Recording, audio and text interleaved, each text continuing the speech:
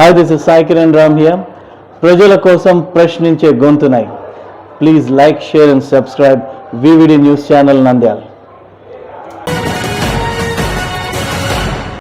ప్రభుత్వ ఆసుపత్రులలో మెరుగైన ప్రమాణాలను పాటించి కేంద్ర ప్రభుత్వం అందజేస్తున్న ప్రోత్సాహకాలను పొందాలని జిల్లా కలెక్టర్ రాజ్కుమారి గన్య వైద్యాధికారులను ఆదేశించారు. మంగళవారం కలెక్టరేట్లోని వీడియో కాన్ఫరెన్స్ హాలులో డిస్ట్రిక్ట్ క్వాలిటీ అష్యూరెన్స్ కమిటీ సమావేశం నిర్వహించారు. ఈ సందర్భంగా కలెక్టర్ మాట్లాడుతూ జాతీయ స్థాయి సర్టిఫికేషన్ కార్యక్రమానికి గాను కేంద్ర ప్రభుత్వం జిల్లాలో ప్రభుత్వ ఆసుపత్రులలో ఉత్తమ ప్రమాణాలు పాటించిన 57 ఉత్తమ ప్రమాణాలు పాటించిన ఆసుపత్రులను ఎంపిక చేయడం జరిగిందన్నారు. ఈ ఆసుపత్రులలో మెరుగైన మౌలిక సదుపాయాలు కల్పించినందుకు గాను ప్రోత్సాహకం రూపంలో సంవత్సరానికి 3 లక్షల రూపాయల చొప్పున 3 సంవత్సరాలకు 9 లక్షల రూపాయలు అందజేస్తారని చెప్పారు. ఈ నగదుతో సదరు ఆసుపత్రులలో ఇంకా మెరుగైన మౌలిక సదుపాయాలు కల్పించి ఆసుపత్రులకు వచ్చే రోగులకు మెరుగైన వైద్య సేవలు అందజేయాలని కలెక్టర్ వైద్యాధికారులను ఆదేశించారు. అదేవిధంగా మిగిలిన ప్రభుత్వ ఆసుపత్రులలో కూడా సదరు సదుపాయాలను ఏర్పాటు చేసుకుని వారు కూడా కేంద్ర ప్రభుత్వం నుండి నగదు లబ్ధిని పొందేలా కృషి చేయాలన్నారు.